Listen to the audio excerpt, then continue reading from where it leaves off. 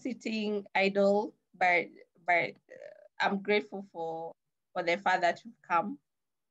Good, very good. Yes, we are ready for you today. Awesome. I see it's already 3:15. Yeah. Do we start? I don't know how many let me check how many we are, then we can are start. 18 of us. 18, yeah, that's a good number. That's a good number to start with because our tradition has been we start at 3:15 and we can't change it today. Yes. So we start. All right. Who will give us a word of prayer? Doris. I can see Doris. Doris.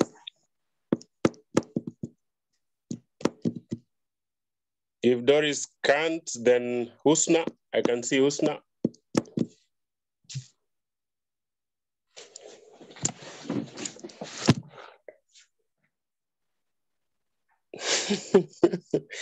Husna, you can pray for us. Hi. Yes, how are you? Am I allowed to pray in Arabic? Yes. So long as the time for Amin comes, you tell us, you signal us to say Amen. Okay.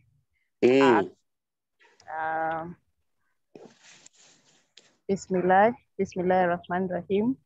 Kul a'udhu birabbin nas, malikin nas, ilahin nas, min syarri waswasi hal nas, alladhi wasfi sudurin nas, minal jinnati hal nas. Amen. Amen. Thank you very much. That is a cultural exchange from you, Usna. Thank you. Take on the show. It is awesome. Your show, yeah. All right. Thank you so much, Richard. And also, I think the prayers are just coming right on time with the end of Ramadan and the Eid holidays. So yeah, I think you are being led by the Spirit. Yeah. Awesome. So today, I've also seen Celine logged in. I think this is the first time I'm seeing her around. Celine, do you want to say hi to us?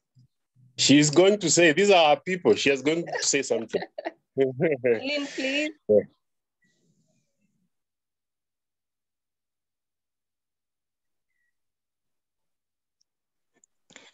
Hi, everyone. Hi, Celine. How are you? Yeah, I know it's been a minute, but today I think I was the first one to log in. So, Coach, I hope this class today is going to be lively, not like last time. I think we only had like 35 participants. Yeah. Yeah. So I hope today we are going to learn something from Purity. So Purity, karibu. Asante sana. Today we have very interesting topics, cutting across upscaling, cross-selling, customer experience. Though I don't think, when I was preparing for this class, I feel like last week we really dwelt on customer experience. So unless we have any questions from last week, that particular segment, I'll want to skip it, then move on to work ethics, confidence, and attitude. So normally I really like group works, but I see like group works don't work for your group. So I'll just have to request that let us engage throughout the entire session. I believe all of you know me. In case you don't, my name is Purity Pajiro, the director for Accurex, and also I add up as a trainer with trainings that cut across customer service, sales and marketing, leadership and management. So today I'm very happy and privileged to be part of the team that is leading this training. A few members of my staff, you might see them as we move on, they join the sessions. But other than that, if you feel that I need to stop or I'm moving too fast or something is not you are not able to understand, just feel free to give me a pause.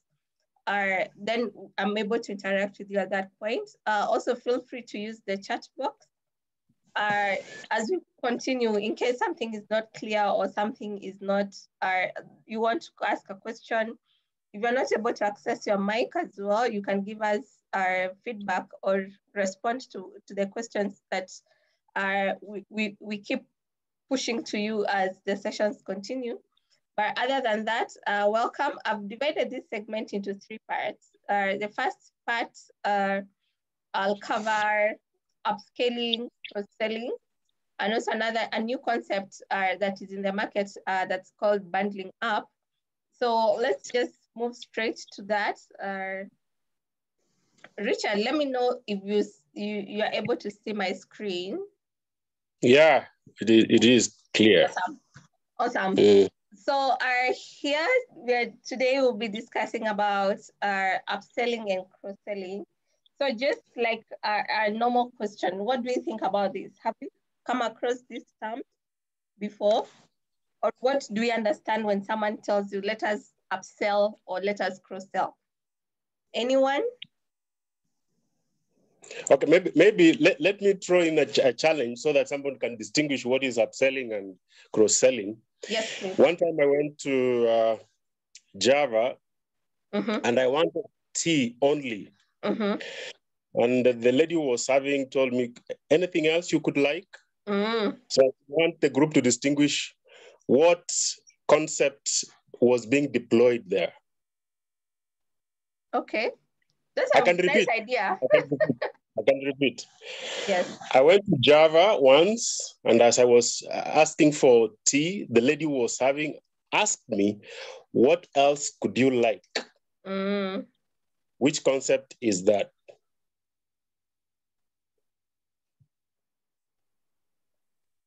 Alex? Or Anne?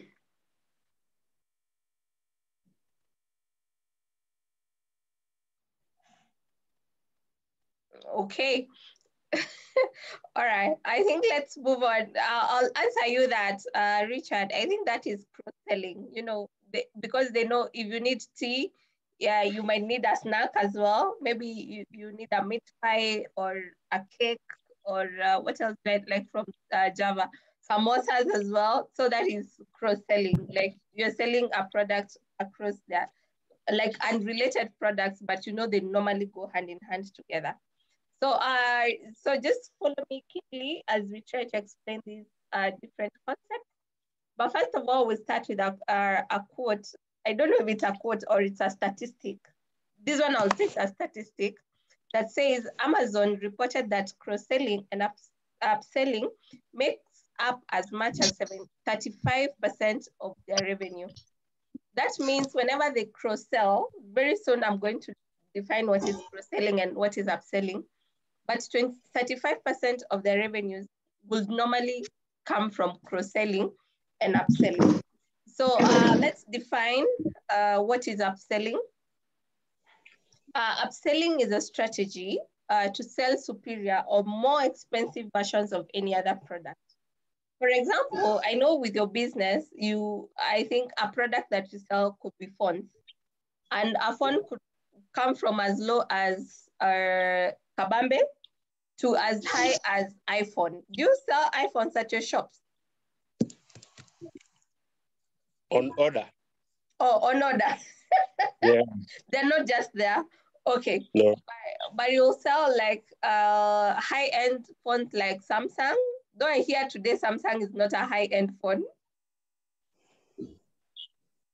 I'm not so sure. Been so to speak. I'm not an authority on phones, but I could say that Samsung is being beaten by other new kids on the block. Brands, eh? So you see, like if a customer comes or walks into any of your shop needing a phone, you have a whole playground on when or what kind of a phone you're going to sell to them. Because I normally see the last time I was shopping for a phone, when I went to one of these phone shops, they asked me, what is your budget? I had really thought about it. I was like, 30K. So, but I knew my budget was a bit flexible, could go maybe up to 50,000. But they were like, Madam, if you add another 5,000, I think we can get you a really nice phone. So you see, that is a strategy of selling a more superior or even a more expensive kind of a product that you're selling. So that is upselling. Not if someone comes to buy kabambe, I don't know how much they cost, maybe 1,000 or 2,000, thereabouts. But the moment that you're able to maximize on that sale and sell a phone of maybe 5,000, that in sales and marketing, we call it upselling. So the superior version could be in terms of it's better, or it's a better model, or it's a newer model, or it could have more added features. You know, these days smartphones come with a thumbprint, but I still know or understand that some phones which don't have thumbprints. So you see, the moment you sell a phone that has a thumbprint vis-a-vis a phone that doesn't have a thumbprint, that would be considered as upselling. So here I have a small example. If you're going to buy a cow, one cow is $5,000. That's about 50,000 Kenya shillings. But if the seller tells you this is our best selling cow, the fact that they have added the best selling cow, it comes with a better, or with a higher value of about an additional $50. So if this cow, you are to buy it at 50,000, if you buy the better cow, you'll buy it at 55,000. And you'll end up finding or seeing it is almost the same thing. So I know there's an issue of ethics that we'll discuss as we move on. So which is better? Do you just buy a normal cow, or you just buy a normal cow? But as a salesperson, I think the main aim or the main intention is for you to sell the better cow, because it goes at a higher price. So that is upselling for you. Hi, Joanne. You're muted. Hi, how are you? I'm very fine. We are just starting. No, I joined you Kitambo. Oh, okay. I was behind the scenes. Oh, sawa. You want to say hi to your team? Yes, hi everyone. Hi, Joanne. Hi. How are you? Hi. Okay, awesome. We can continue. All right, let's continue. So as I was saying, as a salesperson, you will want to sell anything that has a superior value or something that is a bit more expensive, so that you're able to comfortably meet your sales quota. So here is another thing. I don't know if you've seen this, especially if you go to Jumia. When you're browsing either on their site or even on their phone app, they'll always tell you, you might also like this. Maybe you've gone to buy a phone, they'll tell you might also like the earphones, the SIM card that comes with it. Why are they doing that? That is, in sales term, that is upselling. They're giving you another option or another product that is more expensive or of superior quality than the one that you're currently are shopping or wanting to buy. So I'll continue. Yes. There's also the other one that other people are also interested in this. Yes, definitely. That's also either a cross-selling or an upselling technique. And this one you'll normally find, or personally, I'm a victim of this every time I go to shop online. The moment you tell me other people are also looking at this product, I'm also interested to see what other people are looking. Even I don't want to buy something that is of 1900, yet people in the 2020 are looking at certain things. So that is upselling for you. I'm going to define now what is cross-selling. Cross-selling is a strategy to sell products related to one customer, to the one a customer already owns or buys. Such products generally belong to different product categories.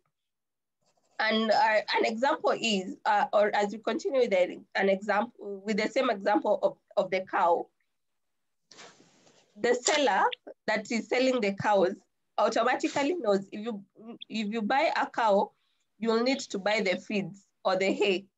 If you buy a cow, you'll need to buy the supplements or the vitamins, or you'll need an additional service of a veterinary.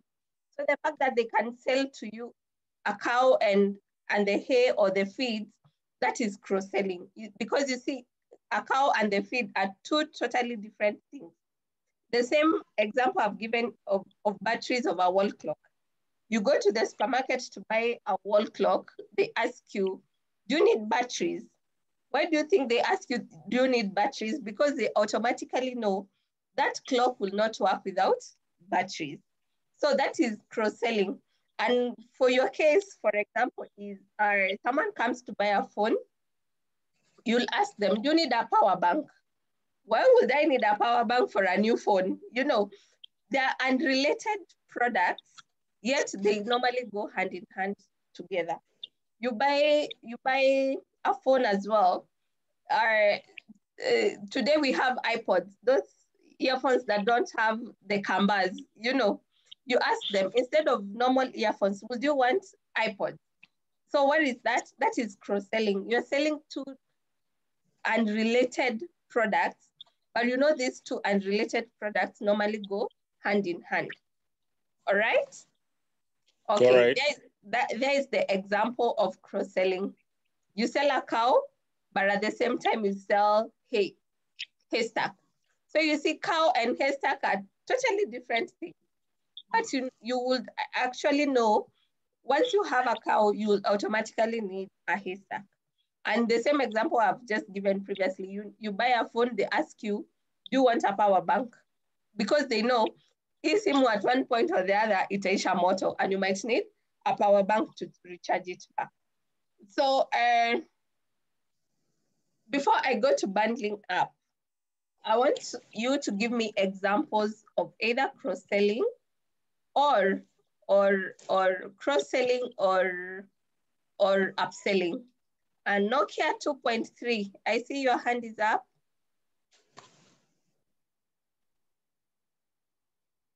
Just unmute yourself.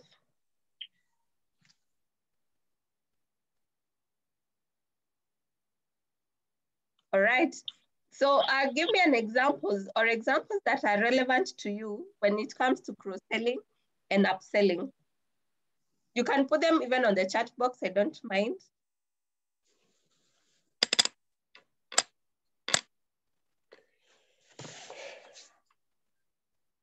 Richard, help me to call out some people. Let me call somebody to assist us in giving examples of upselling and cross-selling. Yeah. Well, I'll pick Nicholas.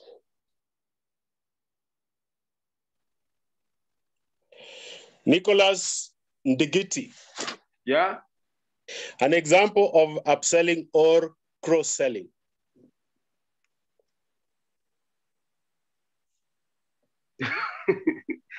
Give me 10 minutes. 10 minutes. 10 minutes for you. Have you understood what it means by cross-selling and upselling? I've not understood the upselling. Okay. Ordinarily, wait, Purity.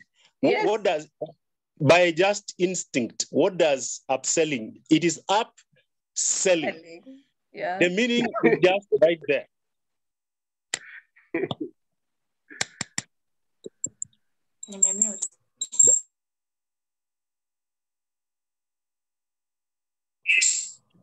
Does it mean anything to you?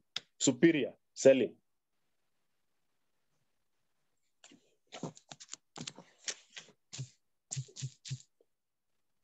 Okay. Galaxy A2 or Core Galaxy, with Galaxy?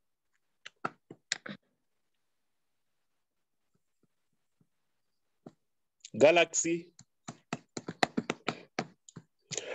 Husna, when do umetuombea, able tell us what is an example of upselling or cross-selling? The meanings are right there. They are just right there. In fact, you do not have to be a genius to know what it means. Upselling. Yeah. Like if a client works in a Prudential branch, Yes. opts to give them, if maybe he or she is looking for a Samsung, Yeah. I'll opt to give them a higher version of a Samsung. Yes. That is amount-wise. Yes. Instead of me giving them a phone ranging between 20 to 30, I'll opt to give them a phone that ranges between 35 to 50, because that is something they can play with their budget with. We can appreciate Husna for having tackled. Yeah.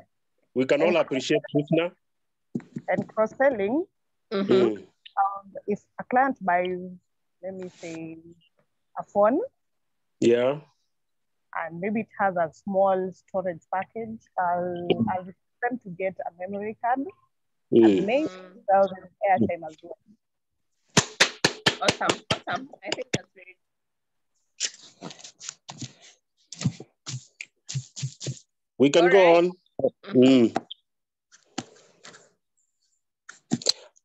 Arthur.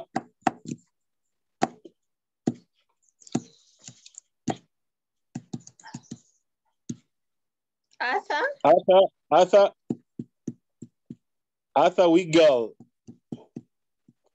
What do you do in Kakamega to upsell or cross-sell? Give us practical examples. Hello, everyone. Hi. Hello to you. Fine, thank you. I've just joined, so please allow me a few minutes to catch up, and then I can make my contributions. No, let me challenge you. I mean, by instinct. Yes. What could it mean to you, upselling and cross-selling? What could it mean to you? Supposing I gave you 1 million shillings and told you, Arthur, tell me what upselling means and what cross-selling means. I'm not getting the first. Is it upselling or cross-selling? I'm only getting cross-selling. Upselling.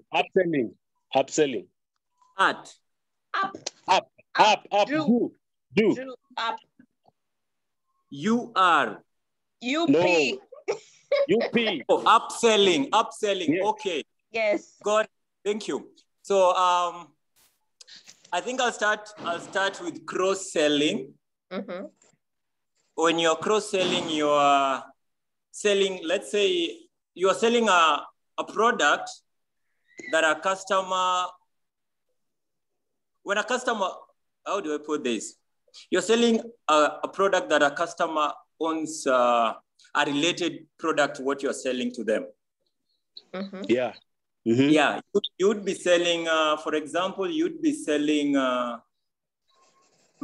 let's see, you are selling a customer shoes. It's the only example I can think of. You're selling them loafers and they already own Clarks, for example. So you'd be selling loafers to a customer who already owns Clarks.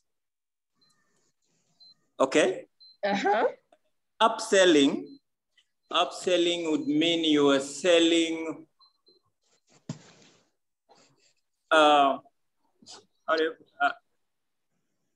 additional product that complements the one the customer already has. It's the other way around. I don't know whether it's the other way around. All right. The other way around. Let's say, okay, get it now. You are upgrading what a customer already has. That makes sense now. Yeah, that makes sense. Yes. Okay. So going with others' example, if a customer comes to buy, they don't necessarily need to have already have Clarks or loafers. What it means with cross-selling, you with the example of shoes, for cross-selling, I will assume if they buy leather shoes, you would recommend for them shoe polish, because it's a complementary service. It's not a substitute. You can't substitute shoe polish for a shoe. That is cross-selling. You sell unrelated products, but they normally go hand in hand together. So that is cross-selling. With upselling, The example Husna gave us of they come in to buy a Samsung phone with a budget of 30, but she is able to sell a Samsung phone that goes for about 50,000. That is upselling. Also, like the example Zach gave us of upselling. Upselling when selling Redmi Note 10, which is 4 GB ROM, I want to assume, and 64 GB. I would sell Note 10 Pro with 6 GB ROM and 128 GB difference in storage and price. So you see, the fact that Zach is able to close the sale from a Redmi to a Note 10, that's an upselling, because you see, you're giving the customer more value for their money. The fact that they have better storage, better processing speed, that is better value, but it also comes at a higher cost. That is upselling. With cross-selling, I also like, yes, coach. Let me speak in Kiswahili, although one time Celine told me not to speak Kiswahili ever. Let me speak. Upselling ni kuuza vitu vya ghali juu. Na cross-selling ni kuuza vitu ambavyo vinaambatana. Vitu related, vitu which complement each other. Totally, I agree with you. My Kiswahili, I think, is worse than yours, Richard. So I'll not even attempt it. So, but I was saying the other example Zach gave us of cross-selling was a customer purchases a phone line, then you also sell credits or airtime to it. Like sometimes I go to replace my phone line and they are like, Hautaki credo. You see, that is cross-selling, because they know the moment you reactivate or buy a new phone line, you'll want credit to make calls or send SMSs and all that. So I hope up to this point, we are clear on upselling and cross-selling. Upselling is selling of higher value, but in terms of what that product or service can do better for that customer, but it's also higher value in terms of cost. I see normally also with Java, they are very popular at that. You go for coffee, they're like, anything else? Even if you do not have anything else to ask them, they're like, what else do you have? They're like, you can do cake, you can do the what are they called? The samosas and all those. You see, for them, it's and also you sometimes go and ask them, I just need coffee. They're like, which coffee do you want? Do you want latte or cappuccino? And you'll be very keen. These that they normally ask you are not the cheap coffees. They'll never tell you house coffee, because house coffee is like 200. But cappuccino, the lattes, once they're almost coming to almost 450 a cup. So you see, it's a customer psychology, you know, because you go there, they ask you, you just tell them, I want coffee. They'll be like, what do you want? We have cappuccino, we have latte. Even before you think what you actually want, they've already put the ideas into your mind. And that's for your business. And also, I would want to expect or hope that is what you normally do. A customer comes, but you've already sized them up. I don't know if that is correct. Sizing up customers based on either how they look or how they dress. They're like, I want a phone. Badala kumpeleka the kabambe section, you take them to the high-end phone sections. Because the fact, especially I'm thinking, the fact that a customer comes and tells you, my budget is 30,000, I'll want to give or take, maybe the budget is more than maybe 10,000 or 20,000 that I can play with. As a salesperson, I'll not take them to the 30,000 phone section. I'll take them to the 50,000 phone section, you know, so that you tell them, what an easy. This one has a fingerprint, I see the new phone that I'm using, it even has a face recognition, which is so good because no one can tamper with it, you know. So for me, it's more the value, not necessarily the price, but the value in terms of what can this product or service do much better for the client, unlike anything below that. So I think we are clear up to that point. Nicholas, maybe the question. Yes, please. Maybe the question could, what does it take to employ these techniques? What does it take? What mechanics? Okay, what it takes, I know I've prepared a slide just ahead of this, but what it takes is, you know, sales especially is an art. Like, you have to be really good at it. And the fact that sales is an art, the more experienced you become at it, the better it gets, you know. And I also really see this even in restaurants that you go to eat in town. They will not bring you the normal menu first, unless you tell them, ninataka tu chips plain. That is when you'll actually know chips plain is 100. But their menus are from 800, 900, because now it has, the more you practice it actually, the better you become at it. The moment you see a customer from the door, you're like, and also understanding your product. I think we've already done product knowledge. Did we do product knowledge? Yeah, we did. Yes. The fact that you understand your product so well, you will know what works for upselling and what would work with cross-selling. You know, so the moment someone tells you, I want a phone, in your head tells you they will need a power bank, they will need earphones, they will need what else?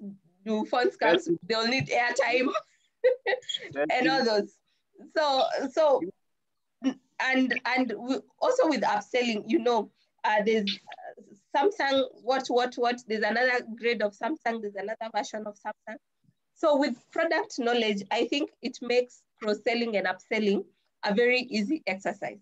Unlike someone who doesn't understand their products, they don't understand the services they normally offer, then the question remains, if you don't know what you're selling, how can you cross-sell it or upsell it?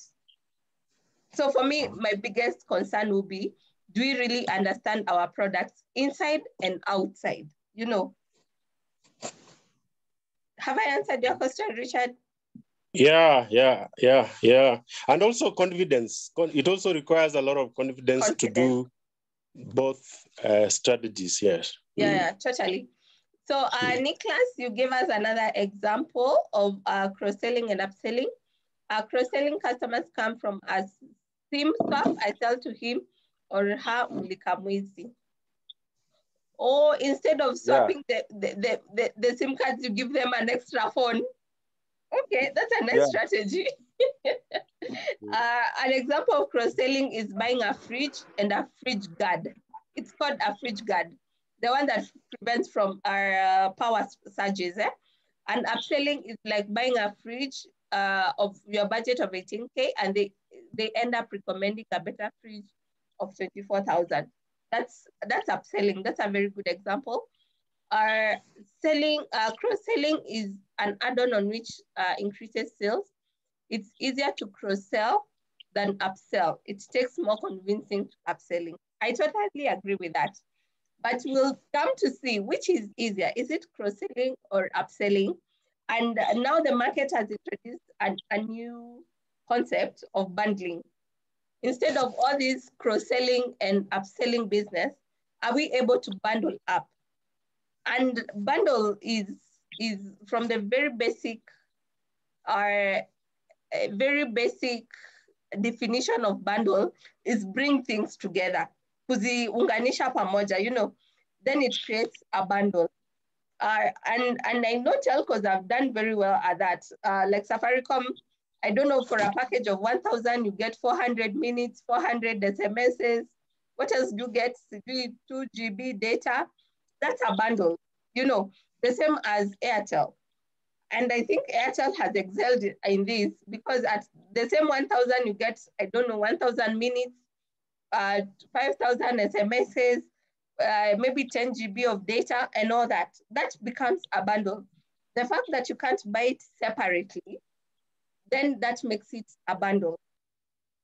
But as we move on with the presentation or with the training, you'll see that what you call pure bundles and other bundles that you are able to separate them.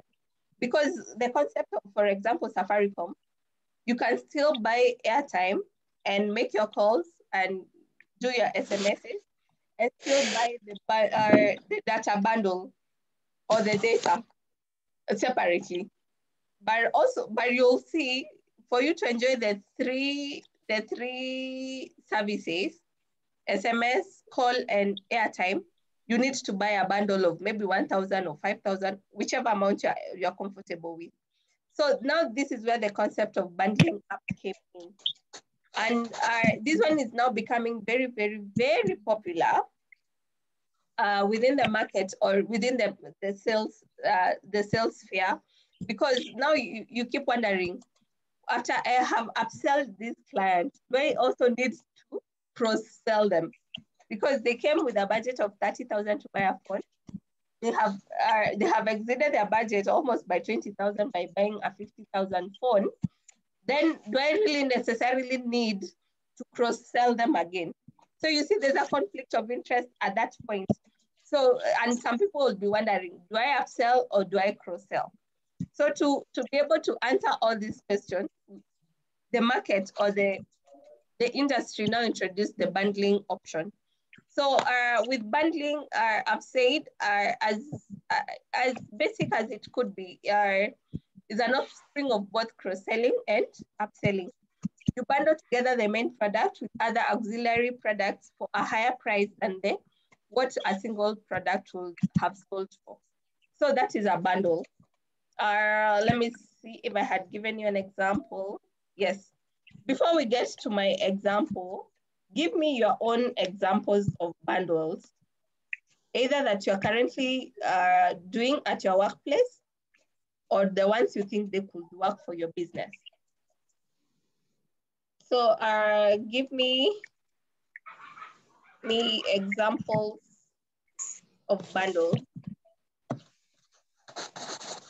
relevant to your business.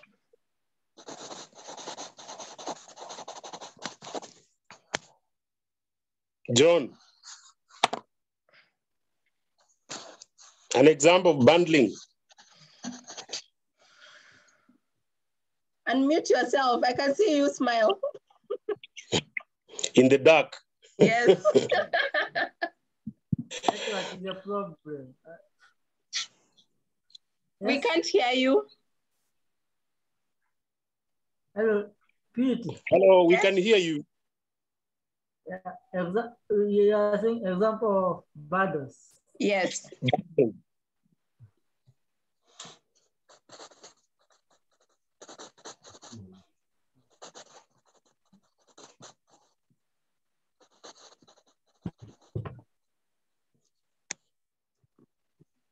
I've given you an example, actually. Two examples I've given you. Yes. Can you come again? The example I gave you is either for Safaricom or Airtel, where they give you a package that has SMS, that has call time, and that has data for browsing. So you see that's a bundle. As much as you can buy them separately, but to enjoy the bundle, like all the three, you buy it at a certain price. For example, 1,000 bob comes with 400 minutes of talk time, comes with 400 SMSs, and comes with 10 GB of data. That's an example. And you see, if you buy these separately, you can't buy them at 1,000 bob. You know, in our case, SIBA is a third party to Safaricom. We sell their products. Yes. So us is for just promoting, selling their products. You know, Safaricom is the umbrella of the all dealers. We are many dealers.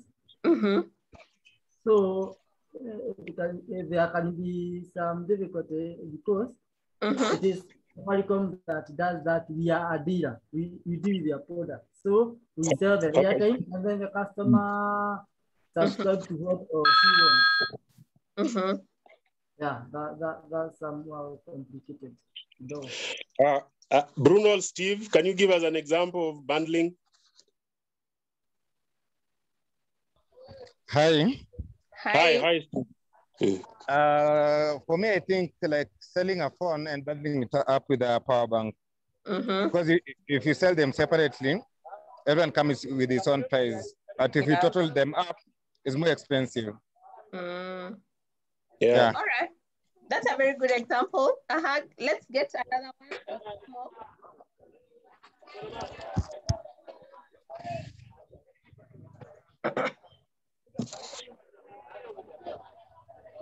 Richard, help me out to call your people. Irene.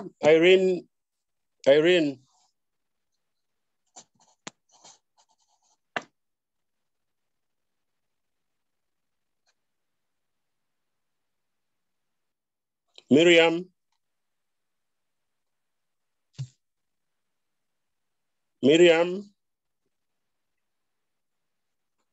Miriam of Digo.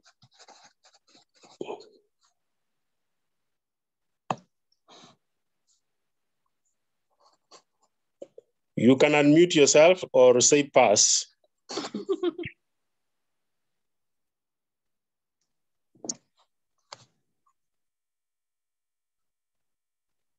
All right, let's continue, Richard, with the example I had prepared. This is an example of a bundled product. You buy a camera, but it comes with a SIM card, which is very important because a camera doesn't have its own SIM card installed. Maybe before you move, yes. I can see examples on your chat. Probably people are, yeah. Okay, yes, Celine. Selling SIM card and airtime to connect to a new subscriber. That's very good or very true. Zach, selling a phone and a case, and also the protector, right? Some phones don't come with a protector, so you might also want to bundle it up with a protector. Selling a SIM card and bundling things up with airtime. I like those examples that you've given. Jacqueline, I did not understand your comment. You can recommend an offer to a customer of either bundles or airtime. The bundles that you're talking about here is not the bundles, the data bundles. Airtime. That is airtime. Let's be clear. The bundles we are talking about here is not for data bundle. Is a bundle is twinning. It is like twinning them. Yes, or combining 2 or 3 things and making a sale out of it. So thank you, Simbalo Tok, selling a phone and a memory card. That's a bundle. So that's very good. So you see, it's a combination, even from the example that is on my screen. You see there's a combination 1, combo 2, combo 3, combo 4, combo 5. And as you click on all these combos, you'll see they're matching up a camera with a SIM card and a tripod, their camera, or they're matching up a camera with a tripod or a camera with a SIM card or the tripod with something else, such that it makes a combination of things that are relatable. Like you can do without a tripod in this case, but you can't do the camera can't do without a SIM card, unless the new cameras come with an inbuilt memory. But the ones that I know, you have to insert your own SIM card for the camera to be able to work or take the pictures that you're taking. So this is what we mean by bundling. Are we together up to that point? Yeah, we are. Okay. All right. So let's. I think that is the case for bundling. So I'll once you go back to your own shops, when you're not able to upsell or cross-sell, are you able to bundle these things up? You know, for example, SIM replacement, you charge it how much? 100 bob, or it's free? Replacement is it's 50 shillings. Or replacement is 50 shillings. Yeah. Then you can say, if you replace, we can give you airtime of 50 bob. Then you sell it at 100 bob. Unaona, there's no difference actually, but the moment you can say, Me personally, I would maybe think replacement is 100 bob or free. I don't know. But now you've told me it's 50 shillings. So you can say, once we replace your SIM card, we give you airtime of 50 bob. You think I'll live there thinking what? Eh, wamenijenga. Kumbe, it's you've met all your costs at the most basic, because airtime is 50 bob, replacing is 50 bob, but you've told me for SIM replacement, we'll charge you 100 bob, but we'll also give you a credit of 50 shillings. So that is the power of bundling. So I'll want you guys to go back and think or devise a strategy. How are we able to bundle up our products? Or which products will normally go with which other products? You know, Richard, you have something to say? No, I don't have anything to say. What I could only want to say is, if we don't use these three strategies, we lose 35% of the revenue we could have added on top of the normal sales when we don't apply upselling, cross-selling, and bundling. Yes, totally, because the opportunity is so huge. And you see, like, also like what Victor is saying, a landlord renting out a house with Wi-Fi connection. For me, my number one priority of any house on earth is Wi-Fi. Provided you tell me it has Wi-Fi, I'm like, I can come in, you know. So that's bundling a product. They are interrelated. One, you can't do without the other, because with Wi-Fi without a house, it doesn't make sense.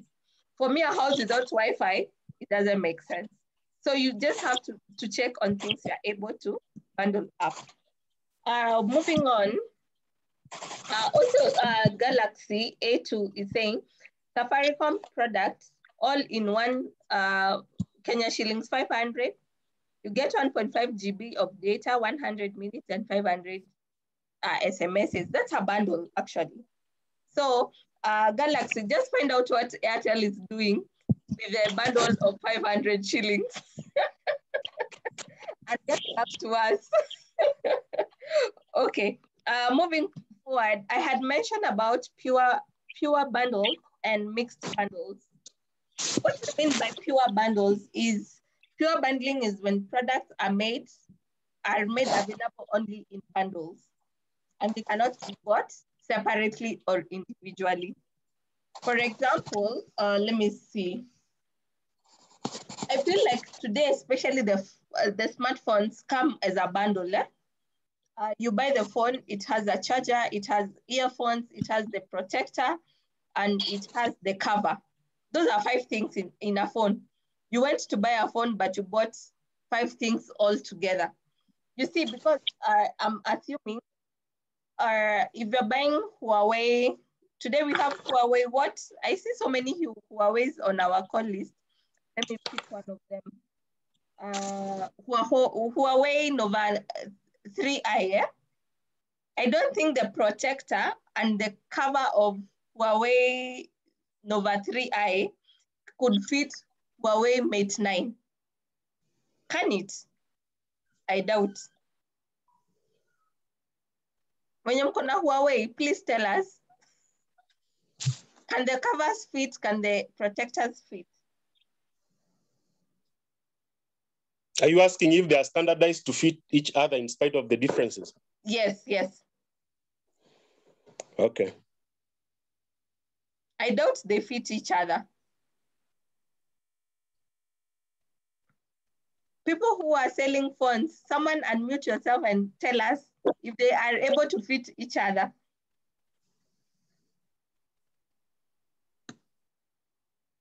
Arthur?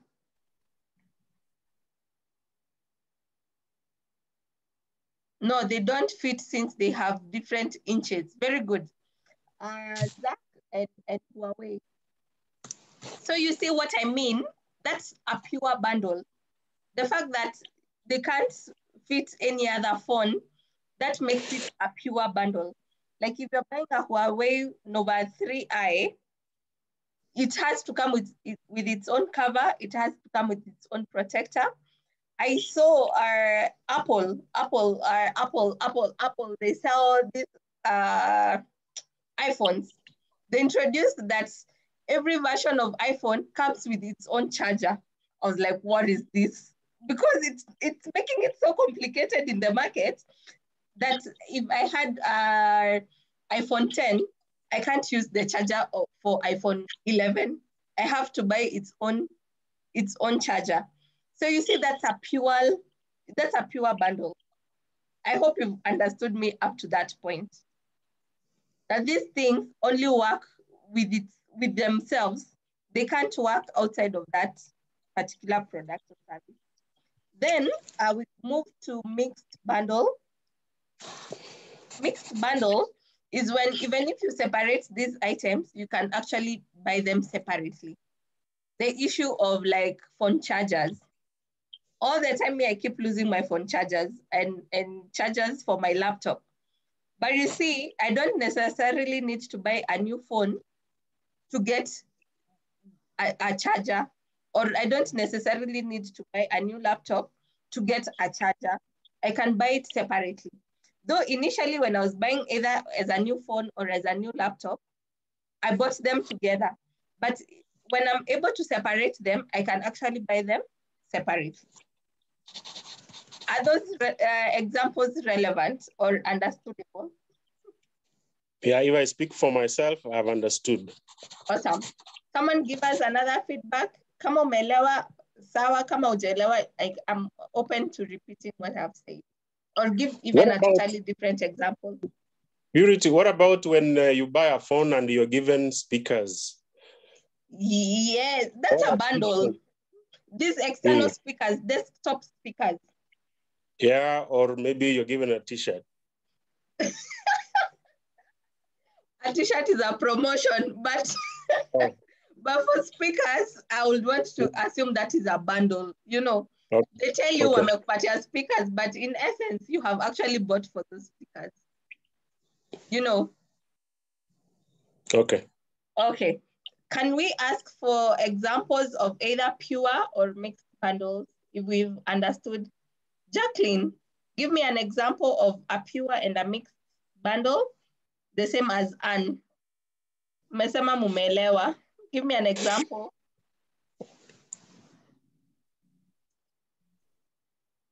When you're talking about mixed bundling, is when a customer comes to the shop and he or she needs specifically a charger of his phone. And when you're talking about pure bundling, is when a customer comes in the shop and he needs maybe Huawei phone and protector and everything accompanied. But I think I'm clear. Yes, I think you've also gotten the idea, because you see, when you're buying a phone, we cannot separate the charger, the covers, the protectors. We can't separate them, especially when you're buying a new phone. But once akitoka hapo nje, charger ipotee, anaweza rudi na buy your charger, you know, separately.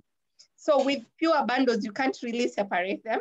But with mixed bundles, you have the option either to buy them separately or individually, or still buy again as a bundle. Are we together? Yeah. All right, moving on. Let's see. I had given a general example here. Let me see. Of all things, the whole of this concept merged together. This is a Bluetooth speaker. Are you able to see it? I'm trying to magnify it on my screen, so I don't know if it's also magnifying on your screen.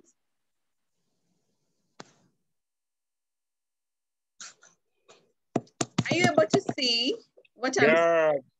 Yeah, but you're making it microscopic now.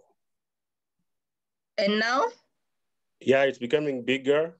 Better. Is it a speaker or what? It's a speaker. Okay, all right. It's a portable speaker. So you see, if you go to buy a portable speaker, and this is a page on Amazon, so just see how other businesses are utilizing the concept of cross-selling, upselling, and bundling. So they tell you, you can frequently bought together.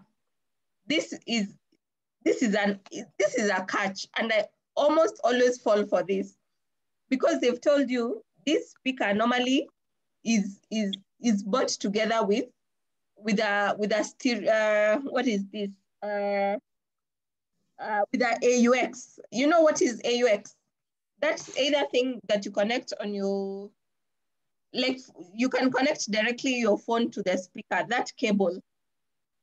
So this one is frequently bought together. Then that is what you call bundling. Then when you go down, they tell you customers who bought this item also bought, they have the AUX, they have a mini charger, they have a USD card, another AUX, and so many other things. They also bought a phone. Imagine, this is this is a total nice marketing strategy, because for you went to the website to buy a speaker, but they've introduced the concept of you buying the cable, the UX cable, which is a bundle.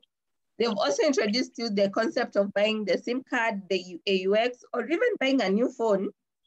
Then you've seen cross-selling. Then let's see upselling. They give you, what other items do customers buy after viewing this item? They give you other versions of the same speaker, but at a higher price. Look here. How much was this going for? This was going for $28.70. But how much is this going for? These prices are so distorted. Let me just get it back to normal size. I see if I'm able to, sorry. Where were we? We're here. So you will notice, you will notice always whenever they're trying to recommend you another product, that product is normally more expensive. Are we together? Yeah. So, and that is where the upselling is coming from. So you see, one page on Amazon, they have utilized all the avenues of selling. They've given you the bundle option on the left. They've given you the cross-selling option, bottom left, and they've given you the upselling option on the right. Are we together? Yeah, yeah. All right. Let's see, let's continue. Is cross-selling and upselling ethical? That's a question I want to ask the team. Do you think this is ethical? This whole upselling, cross-selling, bundling business, do you think it's ethical?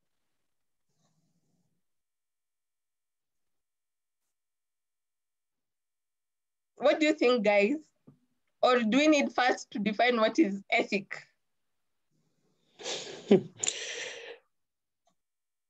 Richard, please. Well, I could say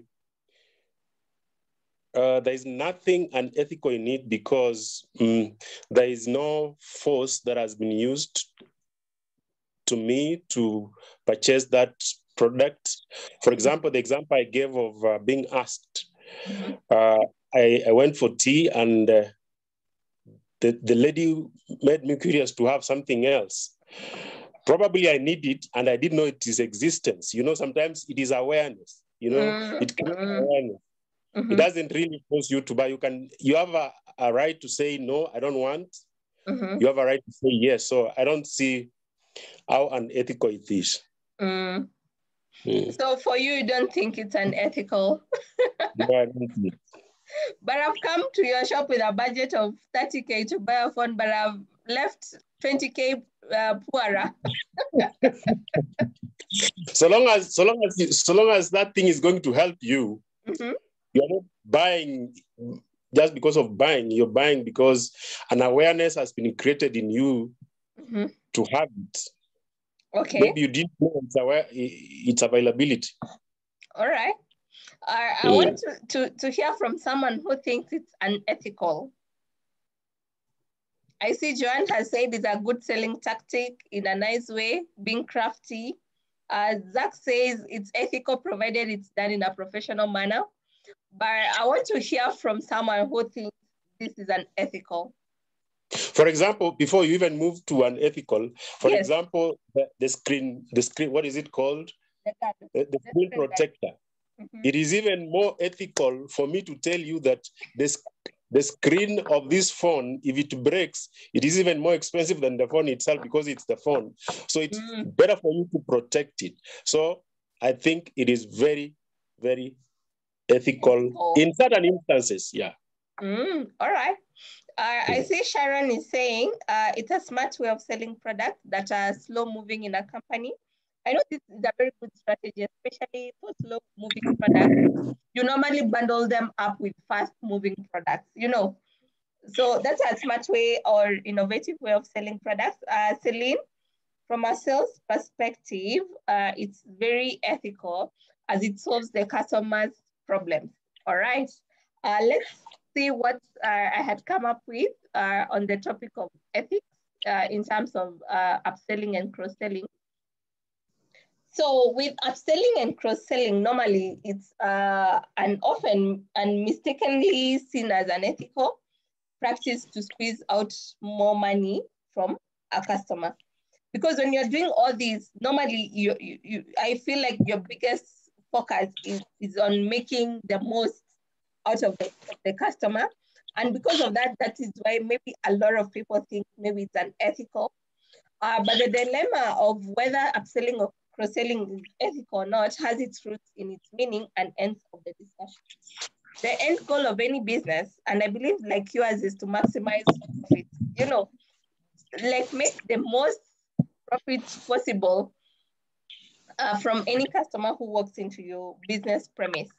So I feel like it's a means to an end, but how it's conducted, I think the line is very, very thin. If it's done right, then it becomes ethical.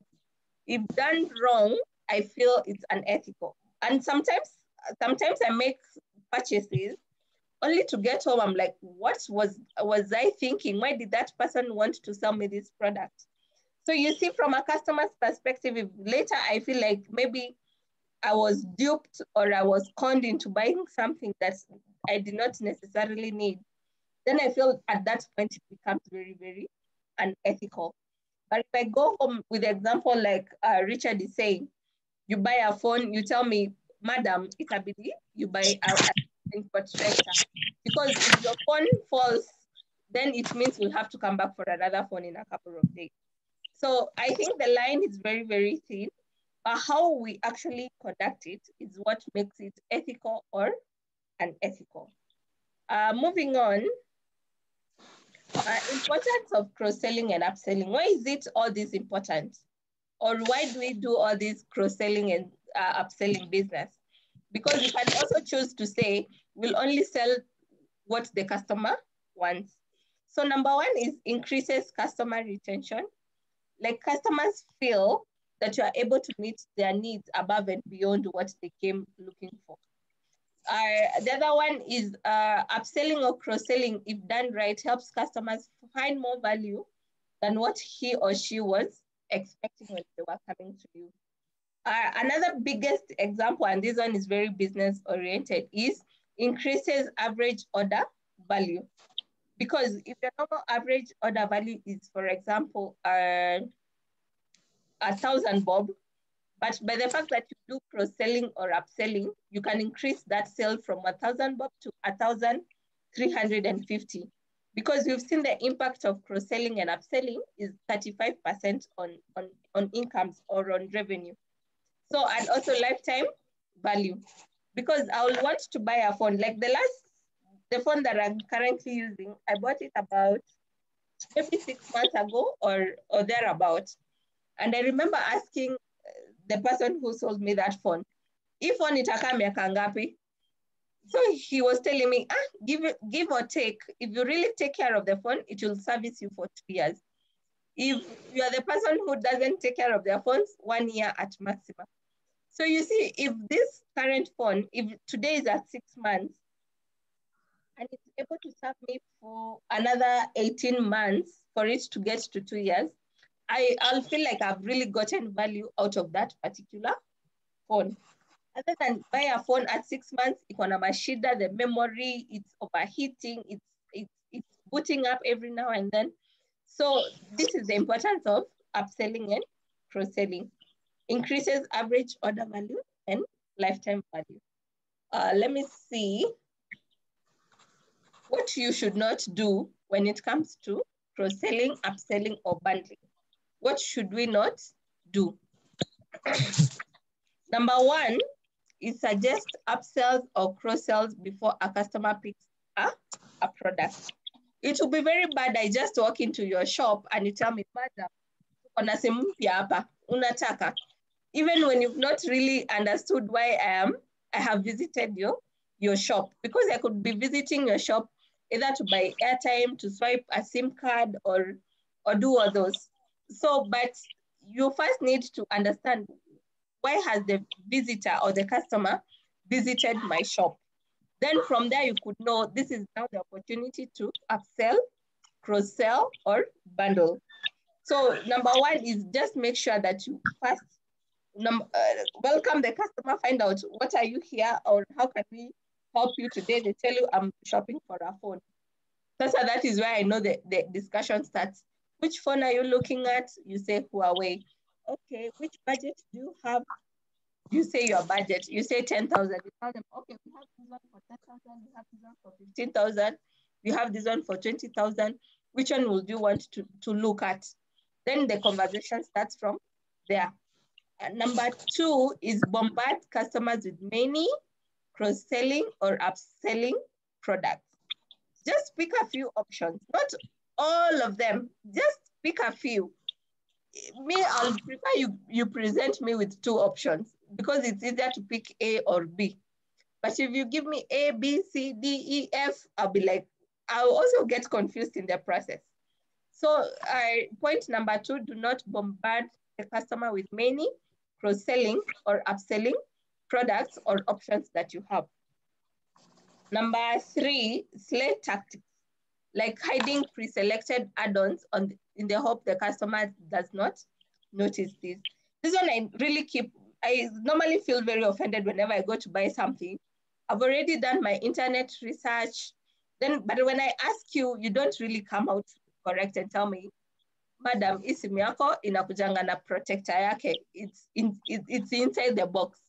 But when I try to ask you, do I still need a protector? You'll be like, yeah, tutakuzia protector ukitaka. Yet initially, or I already know that is an add-on that comes with the phone. So do not hide or is it hiding or kuficha, or not saying the whole truth about the product, especially on the add-ons. Do you get my point? Then the last bit in this topic of cross-selling and upselling is upselling and cross-selling techniques should be used as strategies to help customer make better and faster decisions. You know, I don't want to be at your shop for 30 minutes or for so long. Me, I really hate mtumba business. Like going to the market looking through mitumbas. I find the options are so many that I don't want to be put in that position of choosing, other than just going to all these shops around town. You go and say, what is the size? I'm size 14. They tell you, have this and this. But that's so easy. But from mitumba, you have from size 0 to size 32. And you have to sift all through that, all those options. So make sure behind your back, you should always be telling yourself, I'm doing the business of cross-selling and upselling. One, to make sure the customer makes the best decision, and also a very fast decision. I read a few comments. One is from Fred. I think it is a marketing strategy used to penetrate the market niche. I think you are talking about bundling. Then Galaxy said it balances growth between new and already existing customers. Yes. And Celine, customers hate being bombarded. They are informed and they know what they want. Totally. So I think I come to a close of the first session of today. Let me see. Yes, I have come to the close of it. I'm open to receiving any questions, comments. So in something? Yes, please. In closing, what you're having understood the concepts of upselling, cross-selling, bundling, pure bundling, mixed bundling.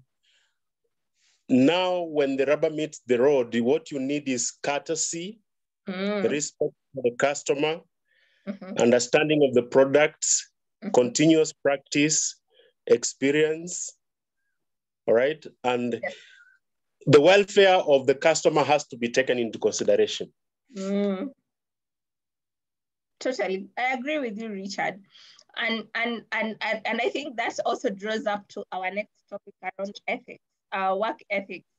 And we'll see different examples of work ethics, how we are able to implement these when we're in the selling business.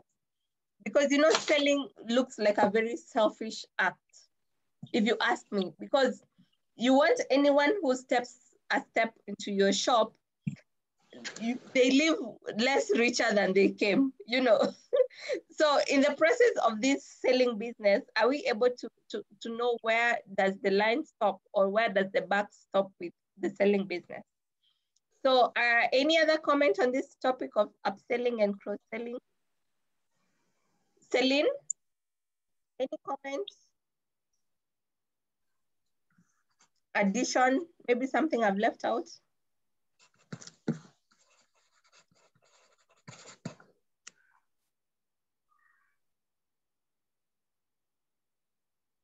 Purity, I think we are good. Awesome, awesome, thank you. Let's move to the topic of work ethic. What do you understand by the term? We can separate it to make it easier. What do you understand by the term work? And what do you understand by the term ethics? Anyone? I think this is easy, especially the work bit. What is work? What is ethics?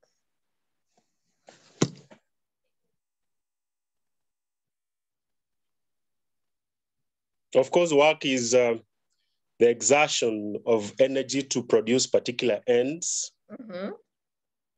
Ethics is the rightness or wrongness of something that you're doing. So when we join them together is when you want to understand whether the physical effort you are exerting is right or wrong. Definitely. And I believe work is what has made us, all of us, join here. You know, others are in sales, others are in customer service, others are in marketing, others are in HR, others are in training. All of us we have one unifying factor, which is work.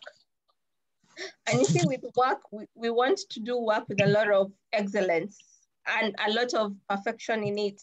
And work gives us a lot of pride as well.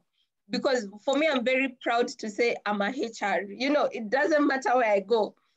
If I'm introducing myself, I doubt if my name will be very far away from what I do. And I think and a lot of us, I think the same applies, that whenever we want to be recognized, also we want to be recognized in line of work. You know, I'll assume a lot of you, when you're introducing yourself, will say, I work with Simba Telecom, a subsidiary of Safaricom. You know, because work makes us become very, very proud of what we do or who we are as people, as humans. Then the element of ethics is introduced. Ethics, I'll still use the term Richard has used, the rightness. How right, how lawful am I able to do the work that I'm doing? So Galaxy J5 is saying work is an activity involving mental or physical effort done in order to achieve results. Yes, and also make a living out of it. So work is a very major component of human beings. Like I don't know if this is in the Bible that says you have to work to eat. I think that's a quote in the Bible, you know. then that makes work become very, very vital. So let's see what I had prepared for you. The purpose and the value of work ethics. Why is it important? Why do we keep talking about work ethics? And this one I keep seeing a lot of times whenever I talk to people, or whenever I'm trying to resolve a conflict, especially workplace conflicts. You say, this is not our ethics. This is not our work ethic. Why do we keep saying this is not our work ethic? Or we do things in a certain way? Because we have a guideline, we have a principle, we have something that we value, we have almost a culture that normally leads our work ethic. So ethics are the principles and values used by an individual to govern his or her action and decisions. So I'll repeat that again. Ethics are principles or values. Values are things that we hold very dear to us. You know, values is what makes us know this is right, this is wrong. Principle is a guideline. Like it's almost like a rule. Like this is how we do things. What that person says when they say this is how we do things, they mean this is our principle that govern our actions and decisions. Then the next, another explanation states, starting internally by promoting honesty. So mark these words. Whenever we talk about ethics, is around honesty. Is around honesty, hardworking employees at the workplace, culture driven by productivity and a very strong work ethics. Employees are also likely to use those driving principles with decency and fairness to increase overall company morale, ultimately improving the organization reputation and ensuring long-term success. So from this second paragraph, it's so long, but remember the keywords: honesty, honesty, hard work, there's decency, there's fairness, there's morale, reputation, and long-term success. So let's move forward. Factors to consider in order to sustain the ethics of an organization. Joanne, do you have a code of conduct in your organization? Yes, we do. Very good. Do you know you have a code of conduct in the organization? This is to the rest of the team. Do we know we have a code of conduct? I know a lot of organizations call it code of conduct, but in this case, we'll call it code of ethics, code of standards, all those. But do we know we have a code of conduct? You can put yes on the chat box if you know you have.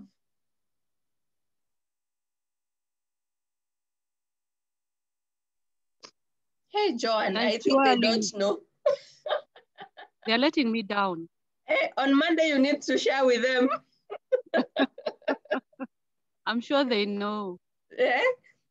The code of conduct normally on any day one of any new employee. That I think those are the first documents an employee is given. You know, the employee handbook or the HR policy, the code of conduct. Iko hapo na una sign hapo chini unasema I have read and understood. Kumbe hata hujajua ni nini umeread and understood. So a few people, Jacqueline, Husna, and Fred, they say they know they have a code of conduct. So this is just to make sure everyone is on the same line whenever we talk about ethics. So by having the code of conduct, and also if your office has like a billboard, are they called billboards? A notice board, yes. That is also somewhere you can pin it and say such that even your customers can come and read on the notice board that these people have a code of conduct. So step one is have a code of conduct or code of ethics, code of standards, whatever you want to call it. Two is an ethics training, like the one that you are doing. I know, but this one is pretty short because it's just a subtopic in a major topic. But ideally, you'll need to have like a training session for managers, executives, and the employees as well, just to know what is in this code of conduct and also understand how its implication or what is the actual content of the code of conduct. The other one is the availability of an ethical situation advice. You have like a committee, an ethics committee. I'm not so sure if you do. Do you have an ethics committee? No, Purity, we don't have. I think that's something you might want to consider, an ethics committee, but you have like a whistleblowing email or a whistleblowing channel. Yes, we do. You do. All right, that's good enough. But it's not active. Why is it not active? Ask everyone. How do you guys report unethical issues? Don't tell me you don't have ethical issues. I believe they are. And that is why we have like an ethics committee, and also we have the confidential reporting system, which is normally called whistleblowing, you know, in many organizations. So to make sure that this works for your organization, apart from just having the code of conduct and people signing it off, good thing, you can even have an internal training, just making it aware that, guys, we have this code of conduct, this is what it includes. In case there's of an ethical situation or an ethical issue, this is where you can report to. And once you report to, this is the committee that will handle the issue. So normally, or ideally, this one I really want to encourage you to implement in your organization. If you don't already have, then we'll see. But from today's session, you are going to pick a few lessons or a few tips on how to either conduct yourself ethically and how to even respond to unethical issues. So moving forward, elements of an ethical organization. What does it look like? When you say our organization is ethical, what does it look like? Number one is we have a lot of respect, both within ourselves and with our customers or our external stakeholders. I want to believe you guys have a lot of stakeholders running from, like Safaricom is a stakeholder of yours, its customers, the brand that comes with it and all that. Two, there's a lot of honor. What is honor? Honor is mnajisikia, you know, like this is our name. And names normally carry a lot of honor. Then two is integrity. Three, integrity is just around honesty. You know, whatever you're selling, whatever you say to your customers has to have a lot of integrity. Customer focused. I know your products majorly are very customer focused. Results oriented, risk taking, passionate or passion and persistent. Normally in any organization, and I'll want to ask you, how many are these? 1, 2, 3, 4, 5, 6, 7, 8. How many out of 8, how many do you have in your organization?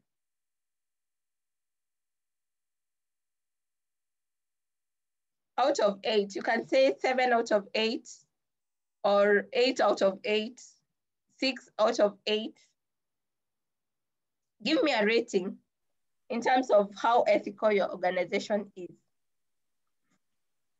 Respect, honor, integrity, customer focused, results oriented, risk taking, passion, and persistent. Or tell me, which one don't you have of the 8? Okay, Fred, umesema 7 out of 8. Give me the one out of 8. Which one are you missing?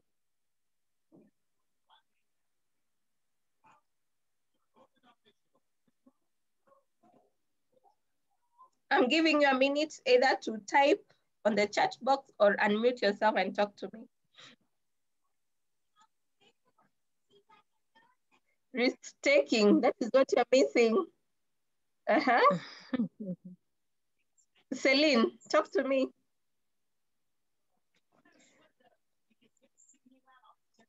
Purity. I think maybe 7. I'll agree with Fred. And in that order, I think we'll start with the respect, integrity, customer focus, then results are oriented. Of course, passion comes before all those, and then persistence. Yeah, I know we trade carefully. We take calculated risks because of the nature of the business. Yeah. So is this like a leadership challenge in terms of risk taking, or an employee challenge? Do I say both? Okay. Why both?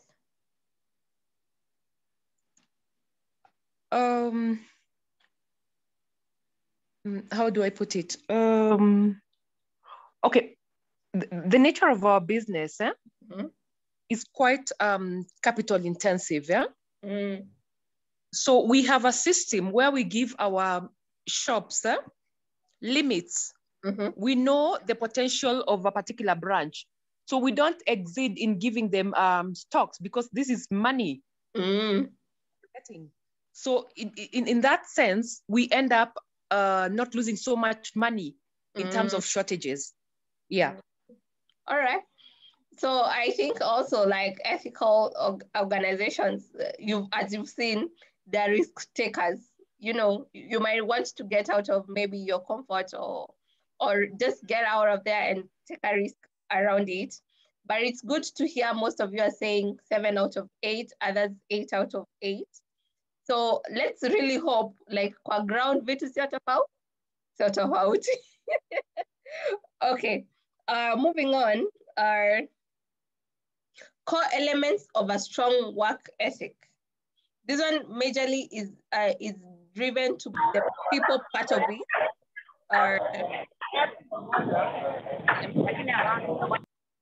Okay, I've muted Opal. If I mute you, don't unmute yourself, please. Okay, so core elements of a strong work ethic. This one is employee driven. So you need to ask yourself, of all these characteristics, what don't I have that now I need to start working on? So number 1 is dedication, accountability, confidentiality, very, very key, especially confidentiality, because now you deal with the public's information. You know, I always get afraid when I'm asked, what is your ID number? I'm like, mutenda kuitumia wapi? So that one, confidentiality, responsibility, legality, competency, professionalism, humility, initiative, honesty, integrity, impartiality. This is the same as fairness. You're not biased. You're not haupendelei one team more than the other team. You're always alert, openness, respect for other people, reliability and dependability, and determination. These are, I think there are about 16. Let me see. 1, 2, 3, 4, 5, 6, 7, 9, 10, 11, 12, 13, 18. So I want all of us to give ourselves a rating. What are we out of 18? There are 18 of them. If you miss 1 or 2, it means you have an area of growth. I'll be very keen to see the person who tells me they're 18 out of 18, because I believe all of us are work in progress. So on the chat box, just give us a rating. What are you out of 18? I'll give you a minute.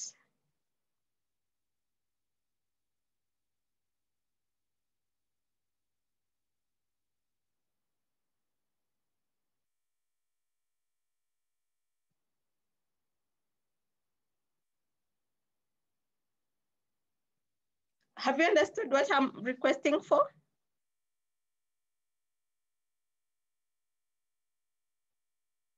Richard, ulipotea?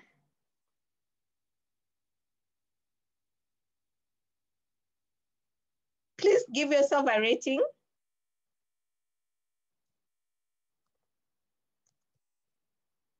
Thank you, Joanne. 15 out of 18. So you see, like for Joanne, the 3, there is need to work on. It means you're a work in progress. I love that. Arthur, what is your rating? Fred? 17 and a half out of 18. Arthur, where is the half coming from? Humility. Humility. Yes, I'm overconfident in my abilities. You're overconfident, so it interferes with your humility. Yes, but I can justify that by the results I produce. Awesome, awesome. I really like that. So yeah. I see a lot of us are at 13, others at 16, 14, 16. 14. Let's get more feedback. Anne, we have 2 Annes. One is a capital Anne and the other one is a small Anne. Talk to me, guys.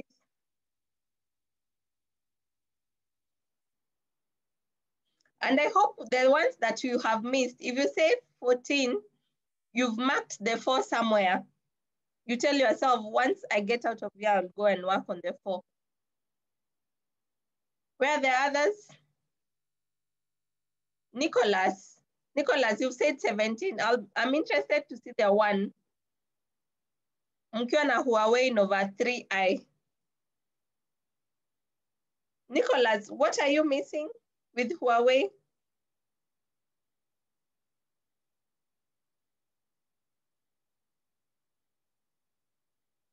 All right, moving on. Thank you for those who have given us their feedback. I really like when you engage us and just to see what you guys are missing. I'm surprised there's no one who is under 10. Ama hawasemi ukweli. Okay, let's move on to characteristics of strong employee work ethic. Normally, the previous slide was for you as a person or what will be expected of you as a person or as a human. Then when we come to now very specific to as an employee, what do we expect of you as an employee whenever we talk about work ethics? So number 1 is punctuality. I know some of us are chronic latecomers. Your manager has talked to you, amechoka, amekuachia mongo. Number 2 is accountability. Then there is focus on the work that we do. Showing initiative. I know a lot of us or some of us are not very good at initiative, or being the first person to come out with the idea or an agenda or just getting out of their comfort zone. Number 5 is productivity. Productivity, which is very key. Like if you've been given work, I think I would also want to see you doing the work that you are given. The next one is professionalism, always carrying yourself in a professional manner. If you're required to wear a uniform or if you have a dress code, I'll expect people to be on dress code all the time. There's a way maybe you greet your customers or receive phone calls. That is professionalism. The next one is dedication. And the last one is the desire to improve. So you're a wholesome employee if you have all these in your ethical corner. You know, you're punctual, you're focused, you show initiative, you're professional, you're dedicated to your work. So for me, this one is very, very, very key. So I hope we are good up to that point. Let's move on to importance of ethics. Why is it important? Can someone read for us the first point? If you can see it, you can read for us, I believe. Just unmute yourself. Celine, please. Attention to business ethics has substantially improved society. Yes. What does that mean to you, Celine?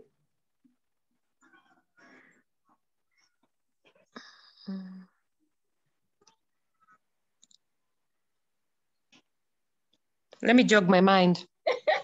Okay, what this means is business ethics. Like if people or the society that you operate in know that you conduct business in an ethical way or in an ethical manner, why do people are the very first one? If you want a phone, where do you go to a Safaricom shop? Why?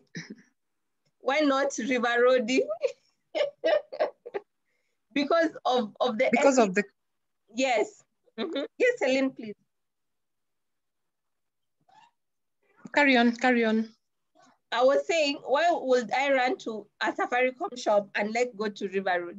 Because you know the chances of you buying a fake phone is almost down to zero, and that now accounts for the ethics of the business ethics that business is carrying out. So you see, if your business, or for example, as a Simba Telecom, if the society that you operate in, they view you as an ethical organization, then you have a higher standing in the society, unlike any other business that people maybe think or view it as not ethical. Number 3, Fred, you had unmuted yourself. Do you want to read for us number 2? Sorry.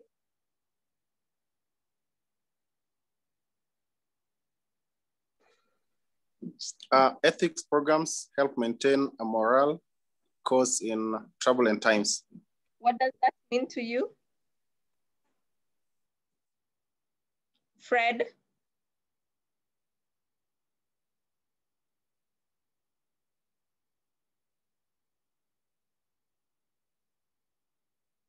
All right, what it means, you remember that when we were discussing about business ethics in the organization, having a code of conduct, it makes sure once you have the ethics program, even in a time of crisis, you have somewhere to refer to. You get my point?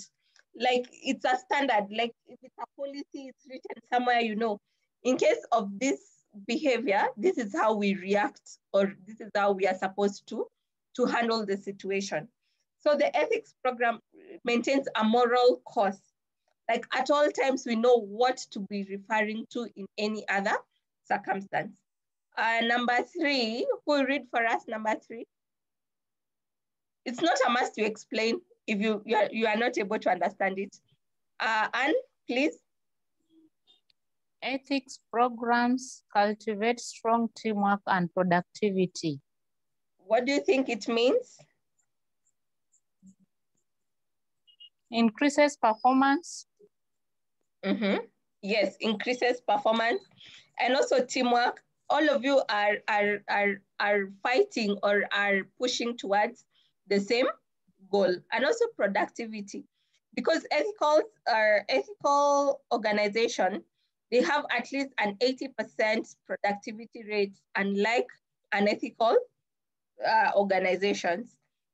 Number 4, someone to read for us. Anyone, you can unmute yourself, read.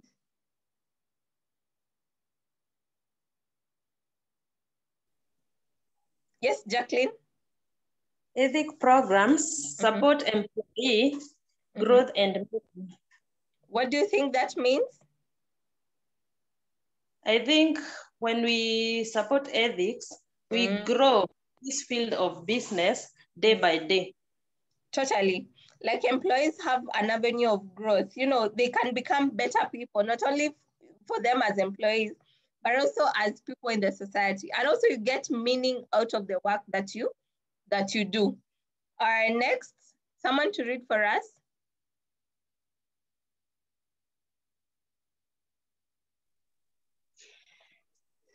Yes, please, Sharon. Ethic programs are an insurance policy. They help ensure that policies are illegal. They help ensure the policies are legal.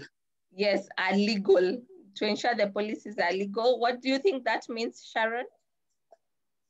I think it means that it aids in helping that a company is being run in a legal way, and employees also adhere to the rules and procedures that are governed by that company. Totally, I agree with you. with ethics, ethics is like the Bible of the company, you know, to make sure everyone is following the rules, even the organization itself is following the rules. So such that there's at no one point you find yourself going against the law or what is legal in that country or for your business. Someone else to read for us, the next one.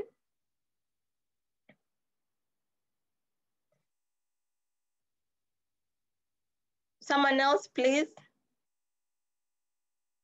Asa, do you want to read for us?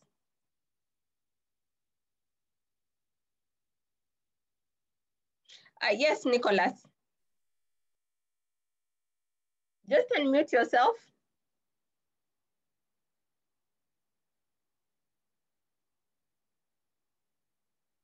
Nicholas, can you hear me? Yeah, I'm hearing you. Yes, please read for us the next one. Ethics program help avoid criminal acts of omission and can lower fines. What do you think that means? When we support ethics program, it minimizes. It minimizes what? How can we put it?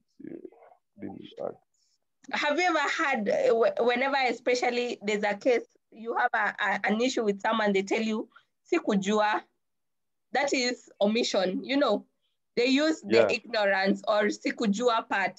You tell them, but you know, this was wrong. They tell you, mimi sikujua hivo. But you see, when you have an ethics program, you've already listed down what is correct or what is considered right, and also what is wrong or what will be considered wrong in your organization. So it avoids that catch-22 situation. Someone tells you, but maybe it was wrong, you know, so it avoids that particular part. Then the next one, someone else to read for us, please.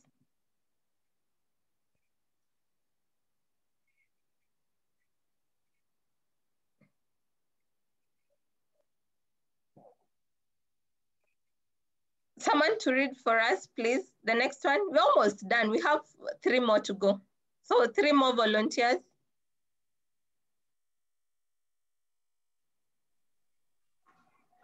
Do I pick someone? Yes, Victor. Okay, ethics programs help manage values associated with quality management, strategic planning, and diversity management. This benefit needs far more attention. What do you think that means?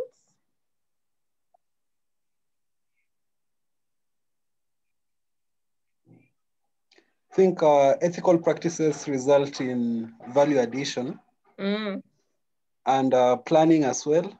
I think it's self-explanatory. Strategic planning and diversity management. Yes, definitely. You see, because with ethics, I think it goes towards ensuring you are offering the best of quality of products. And that is why I'm saying, whenever you think of buying a new phone, the first place you want to think about is a Safaricom shop, you know, because you know you'll get quality. Also in terms of strategic planning, like you're able to plan your future. Maybe 5 years from now, we want to have opened 10 more branches across Kenya, or even moved to the East African region. You know, I've been to Rwanda and my biggest stress is M-Pesa iko wapi, you know, because I'm like, I want to feel as much as home whenever I'm out of the country, or any other time I travel out of Kenya.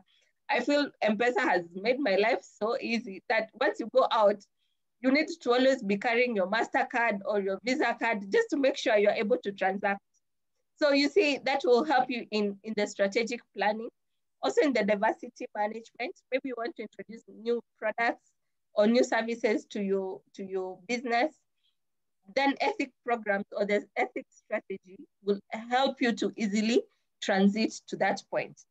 The second last point, someone please. Second last. The last one is Richard who will read for us. So second last, Anne, please. Ethics programs promote a strong public image. Totally, I agree with that. Do you have something to explain or what does that mean to you? And it may make an organization to be seen as valuing people more as compared to profit. I think so. And you see, you remember this, we did public relations with your team, right? We've done that course, right, Richard? Yeah, yes, we did. Yes, we did. Yes. And you see how the public views you from outside is very, very critical, very, very important to any organization.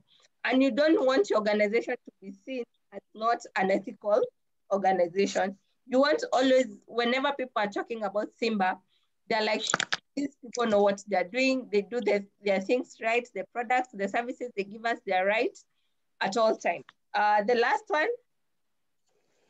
Last and most formal attention to ethics in the workplace is the right thing to do. This is a summation of the benefits of ethical thinking or ethical work practices because it encompasses positive work relations, positive public image, good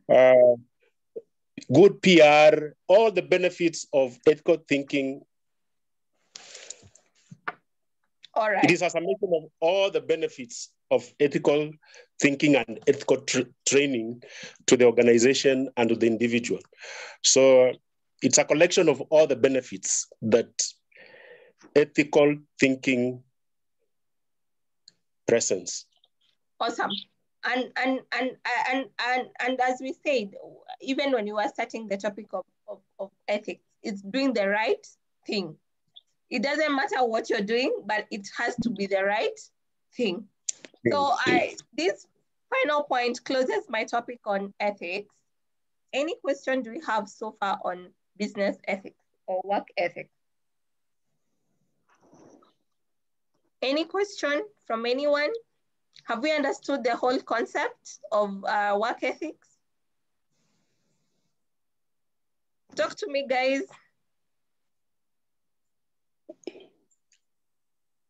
How can we inculcate the ethics of excellence as part of our culture for everybody? Yeah.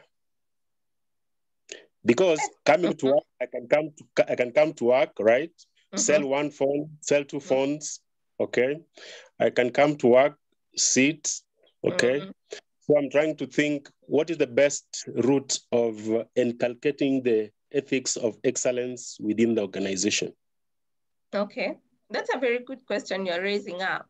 I'd like to, first of all, hear your feedback, not you, like the team's feedback before I give my own input. How do you think we are able to promote work excellence? Anne?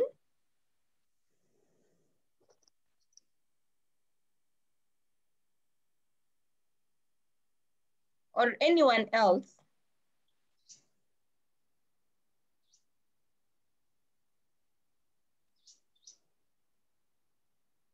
Because you see, personally, I think work excellence is going above and beyond what we have been given to do. You know, if I've been put as a shop agent, or I don't know what role you call those people who sit on the shops, Steve is asking you to come up with repeat the question again.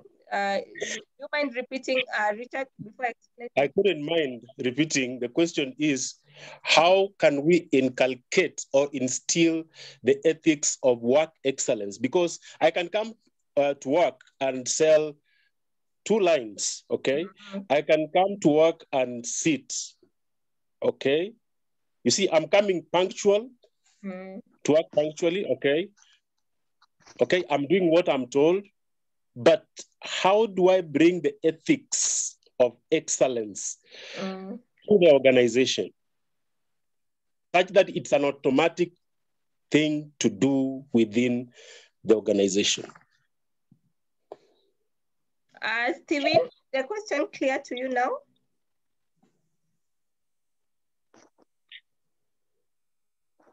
Steven, just unmute yourself. Yes, yes, it's clear. Okay, give us an answer. For me, I think yes, actually is advertising beyond your comfort zone. Yeah, because for me, the fact that most of the time I can take picture while I'm in the shop. So many people know that I'm working within Safaricom. So any person who wants a phone always chat me aside and wants to know at the shop is. By the time they come to the shop is where I show them the phone and everything. And so long as they have a price which they want the phone with, I'll just direct them. Yeah. I really like that concept of going above and beyond, and I think that is what I was trying to say earlier. Like with work excellence, the fact that your JD says sell phone, sell line, sell what, you can actually go beyond and above that and say, this is what I will do extra of this. Like what he's saying, I think you post your phones on your WhatsApp status, so customers, your friends, even your family, people in your network can actually see you're in the business of selling phones. And you see, that one you'll never find it in your JDs written.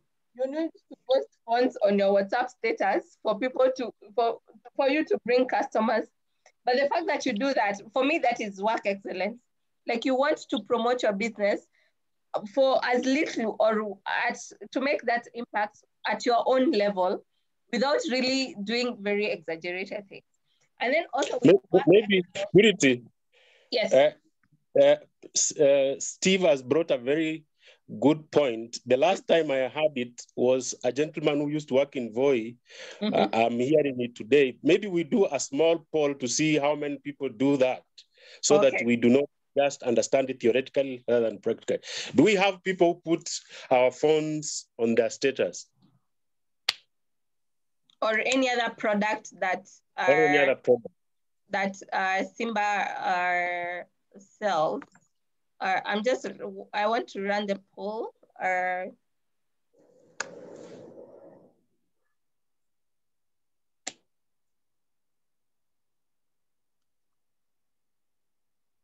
Simba.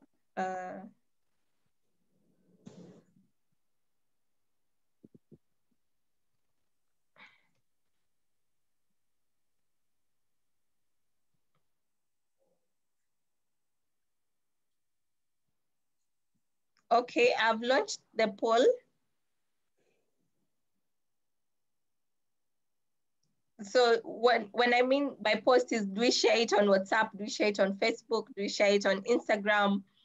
Are we keen on getting out of our comfort zone just to promote our product or service?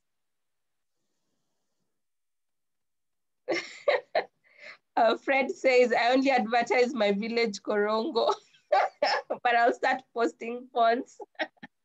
That's very interesting. Anne says you need to have more desire to improve your performance by going the extra mile. Joanne, as humans, we need to always give our best to get self-satisfaction at the end of the day, be it at work, at home, or in the society we live in. Best foot forward. I really like that, Joanne. Kindly respond to the poll. You should be seeing it on your phone or on your laptop, whichever device you're using. You should be able to see the poll. It's live. Okay, a very close match. Let's get more feedback. If you see the pop-up, just click yes or no.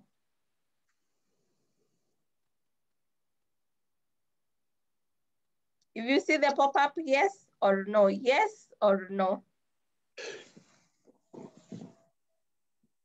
If I get from 2 more people, I'll be very happy and close the poll.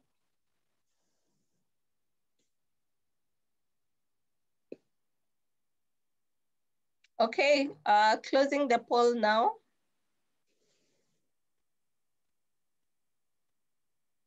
Yeah, the results. I thought so. Yeah, not a lot of us are getting out of our comfort zone to promote our product or service. Very, very unfortunate. And unfortunately. Yes, please, Joanne. Quite interesting. Quite interesting. I'm one of the no's. Oh, you're so we need to see a bit of work excellence. Ambassadorship. Yeah. So as you can see, that is very unfortunate because, you know, like we are our first brand ambassadors, you know, before we do that poster, before we have that radio ad, before we have that newspaper ad, sisi ndio wa kwanza. Even Celine has said we should start doing that, because how will someone know you are working in a Safaricom subsidiary, or you are selling genuine phones, or you can get SIM replacement at 50 bob. I think the many times I've done that replacement have been charged 100, if I'm not wrong. I think, Purity, yes. I think part of the reason that explains this, it is because most of us are passive communicators. If we could be, if we could cultivate that capability of being, marketing needs you to be a little bit aggressive. It needs you to be assertive with what you're doing. It needs you to be proud of the services you're offering. It needs you to be proud of the products you're offering. So it needs us to develop our communication skills so that we are not shy. We are not, what else should I say? We are not there just to pass time, so to speak. Yeah, totally. And I agree with you. So in terms of work excellence, let us get out of our work, our comfort zone, and see what can we do better for Simba. Because all of us are there for a time. Unfortunately, we are not there for a lifetime. We're only there for a time. And the time that we have been designed to be at Simba, let us leave such a huge impact that we will be remembered even after our tenure. So the last part of this conversation, which will take only like 5 minutes and will be done, is around self-confidence and attitude. That one, I'm going to sum it up in a very, very short video, if you allow me. Let's see. Yes. Let me know if you're able to see my screen. Where is it? Yes. Richard, are you able to see my screen? Yeah, it's loading, but it's not yet on yet. Let me know if you hear the sound. Not yet.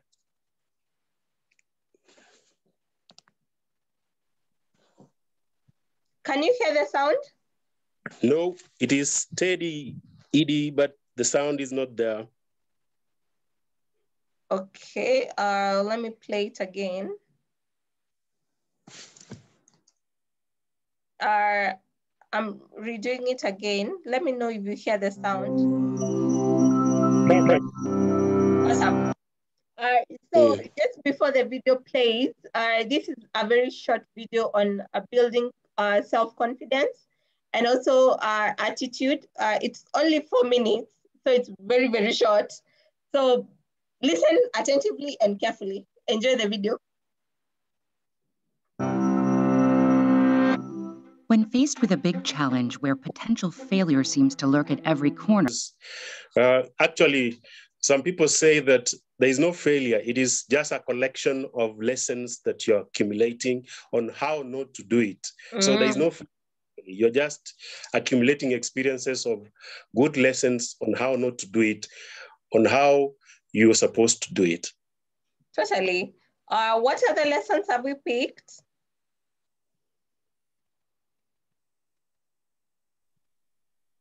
Talk to me. They've given us 3 tips on building confidence. Yes, John. We can't hear you. So someone should not think that it is hereditary. Oh. Not think itself it's hereditary. Not to think it's hereditary. But I think some people are born more confident than others. You can grow it.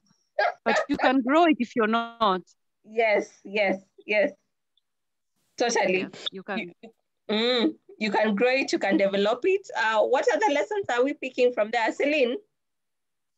Just to add on what Richard has said, we keep joking in the office. When something is not going our way, I keep encouraging him, just throw stones until something will come out of it.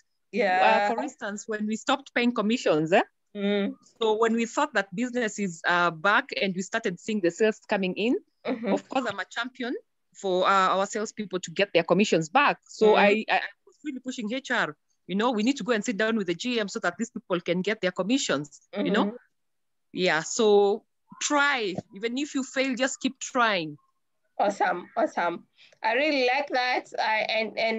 And Steve, you're saying self-confidence is very important. And Nokia C2. What lessons have you picked from the video?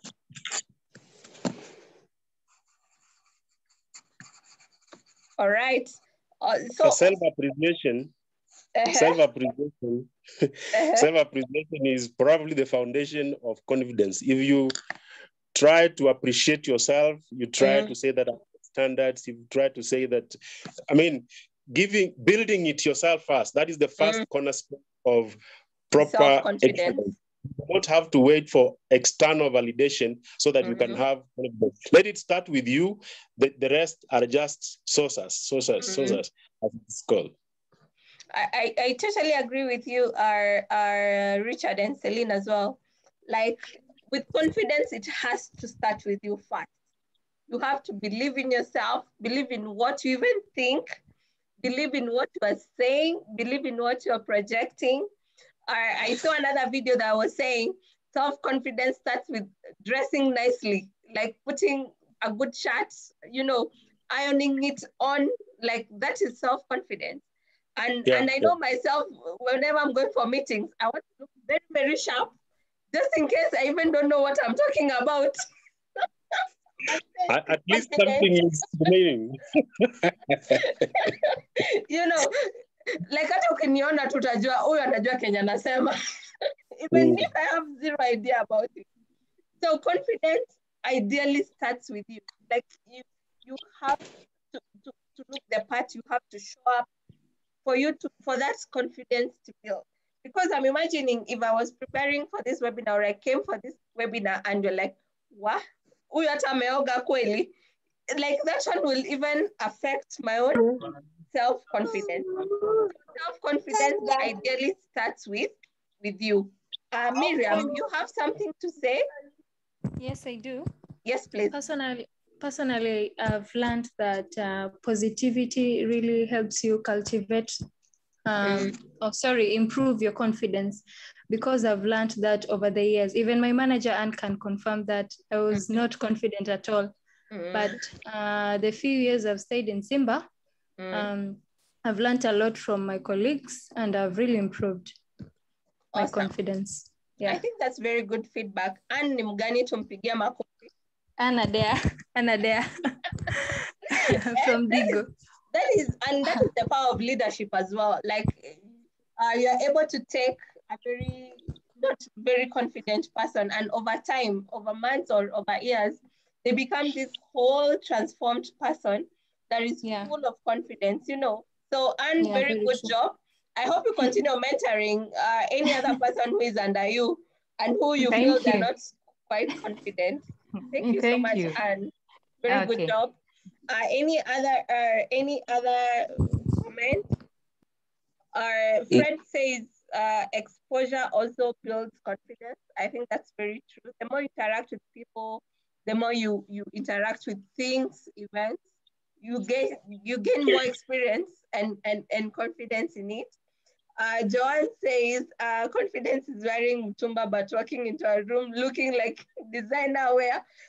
Me too. This is Mutuba, by the way. Okay. Fred says, confidence is hiring a V8 engine when you're going for an interview. This is wrong. This makes you negotiate for better package and terms. Actually, you end up getting the offer. Be very careful what you do with confidence. Arthur, you have something to say? Arthur? Yes. You have something I've just texted it on the chat. My question is, how bad is overconfidence? Can I say something on that? Yes. Okay. There's a huge difference between confidence and arrogance or indifference. Confidence is built on competence and skills, while overconfidence, which is arrogance anyway, is built on a hollow ground, quicksand. You do not have a basis for your arrogance. But when you are skilled, when you are competent, when you have a good attitude, it is the other person who has got to examine themselves, okay? So the midpoint is you need to have the skills, you need to have the competence, you need to have a good attitude, you need to be humble, you need to treat others well, so that we can be able to say, this is genuine, authentic confidence. I agree with you, Richard, 100%. Because you see, overconfidence normally comes out as arrogance, like you don't care. And it could be like the line is very, very thin between being confident and being overconfident, you know. And personally, I would want to assume myself I'm a very confident person. But at times with my confidence, when I approach some people, they tell me, she's very arrogant, by the way. And kumbe, it's me being the confidence that I am. So you need just to know, when does this confidence need to stop? Because you could be knowing what you're saying, you're trying to convince people, but in that process, now people start seeing you're showing off, you have this don't care attitude, you're projecting on other people. So the line is very thin, and you don't want for people to be perceiving you as, they'll not perceive you as overconfident, they'll perceive you as arrogant, you know. So you just need to be very careful and tame that confidence level. You know, Richard has said a very important point, humility.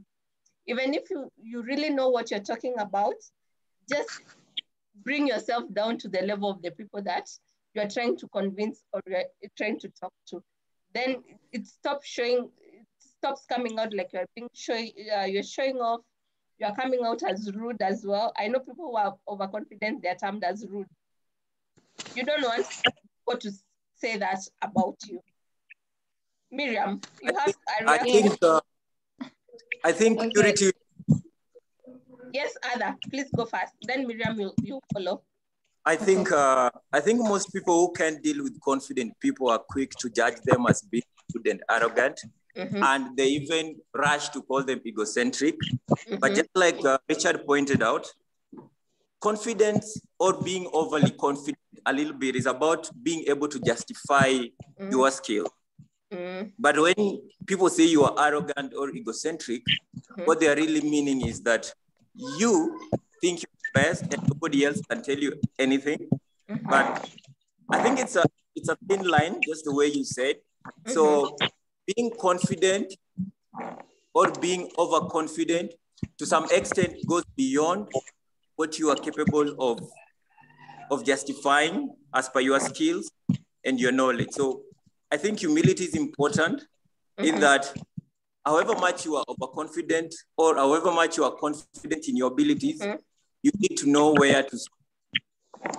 And whether you always have to be sure of what you can bring to the table. I think that is the bottom line. Awesome. I totally agree with you. And but you see now the humility makes you be able to come down to even the people who are not, they don't have confidence. You'll find a lot of people are very timid. And instead of you overstepping on their timidity, then it means you need to bring a notch down of your confidence to be able to match their level. Because personally, people think I'm a very loud person. I am a very loud person. But you see, when I go and meet people who want to speak in a lower tone, who want to speak a bit slow, what do? I don't go out with my loudness. I try to come down to their level. And I think that is the place of humility. Just trying. And also, we talked even about emotional intelligence. If you're talking to a person, you will know, says hataki makelele, ama hataki the eagerness, the excitement of life. Then that emotional intelligence tells you, I need to bring this a notch down. So for me, I think it's a skill that you learn over time, including emotional intelligence. Ukimanisha tu watu, then you know this is how I need to handle this kind of people. This is how I'm able to handle this other kind of people. Miriam, there's something that you wanted to say? Yeah, about overconfidence. I think it's when you think you're never wrong. But if you're confident, you're willing to learn, and learning is an endless process. So when you meet different people, you learn one thing or the other. So as I said, learning is an endless process, and you need to learn from different people to become better, to be better. I totally agree. That's what I think. Yeah. And also accepting when you're wrong. It doesn't matter whether you're confident or not. But once you know there's a mistake, then you acknowledge you're wrong. Then willing to change that character or behavior moving forward. Are any other comment, question? Fred, you're saying a good example of people with confidence are conmen, 100%. They have the knowledge and the skills. Is it true that those who are overconfident are those who never stepped in class? Maybe sometimes, like I think majority of them. But also those of us who have gone to class, we're also very overconfident. So the balance is a bit thin, because you can't really say that all the people who have never gone to school are overconfident. I think it's a blend of people, but it's also depending on experience. I also find people who are very well experienced, they also become I don't want to say overconfident, but they also seem very confident in what they say, what they do, that will be my take. So I think that will mark the end of our lesson today. I hope all of us have enjoyed ourselves. I hope we've picked a lesson or two in the topics around business ethics, around upselling, cross-selling, and now in the space of confidence and attitude. I'll send you another video that talks really much on attitude. I don't know, do I send it or I share it with you guys right now? What do you think, Richard? Well, you just send it the normal way that you normally do, so that we can. Okay, sawa. Then I will not show it today. So other than that, thank you very much for being very attentive to me, interacting with me throughout the entire session. I'm looking forward to next Saturday, which marks our last session. I really miss you guys. Like, you've been making part of my Saturday. I've refused to be going to Murando's on Saturday. I'm like, no. I have a webinar. I'm engaged. So after next Saturday, I don't know which other reason I'll be using to skip my friends on my friends. So other than that, have a very blessed Saturday and Sunday as well tomorrow. A very wonderful week, the coming week. I'll give it back to Richard or Joanne, whoever is available, to help us close this session. Thank you so much and God bless you all. All right, thank you very much, Purity. I will welcome Fred to say a few words, then Celine, then Joanne, then Fred will pray for us as we depart from the training.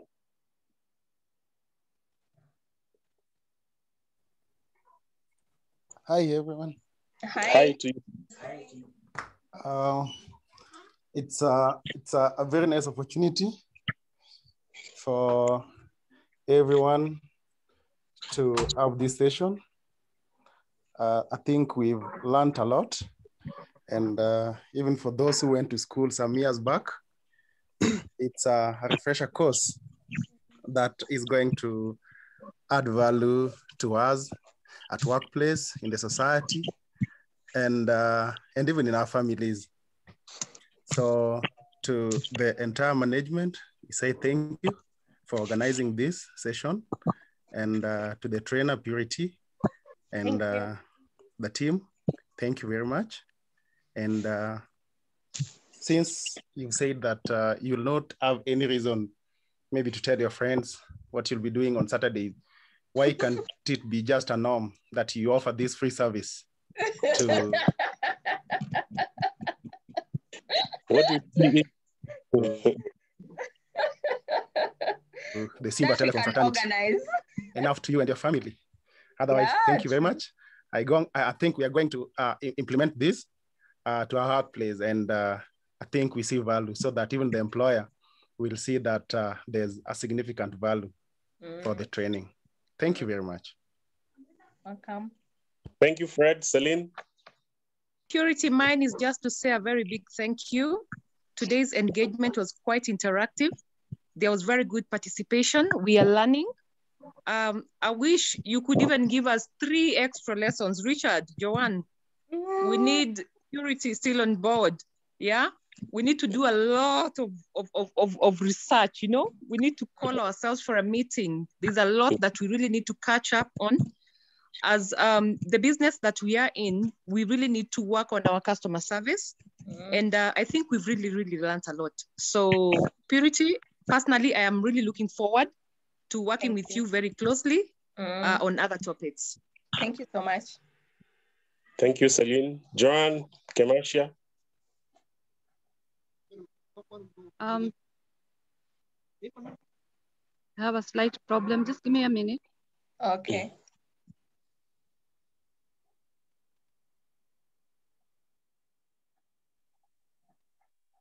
Thank you so much, Purity.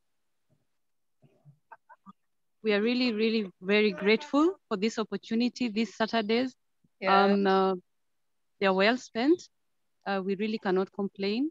As Celine has said, yeah, we really have a long way to go. When we started, we were on sort of a wheelchair and 2 sticks. Now I think we've removed the wheelchair. So we are maybe on 2 sticks. So we'll also get rid of the 2 sticks very soon with your help. And as a team, we're going to work together also and be more cohesive, learn from each other. Thank you, Miriam, for your, I love your journey. And that is a very encouraging story that you've given all of us. It is where we all started. We all did not start as confident people. We all didn't start where we are. If Purity could give you her story, you'd say, no way. So yeah, it's a journey. And we thank God for it. Yeah. Back to you, Richard. Well, Fred, you can pray for us in Kijaluo. I know you're going to be Kijaluo, so we don't know.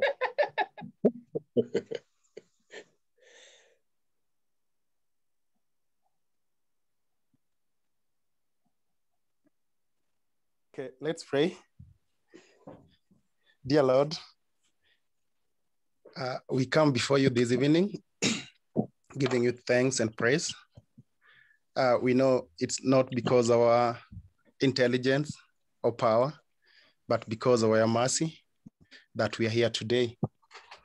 I know there are so many organizations struggling, so many people struggling. They have not seen today, but it's because of your mercy that we are here. Kindly give us the strength to learn and to implement whatever we've been through.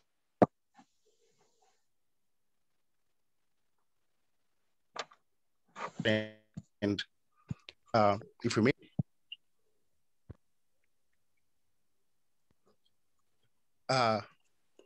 we meet tomorrow and the other day with our fellow people, we'll thank you and glorify your name. In the name of Jesus Christ, we pray.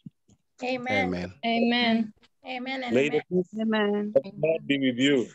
Amen. Be with you too, Richard. Amen. Thank you, Purity. Thank you so Those much. who have teeth can remain. Goodbye. Those who have teeth can remain. Are you serving tea, Richard? Yes, I am. And the tent.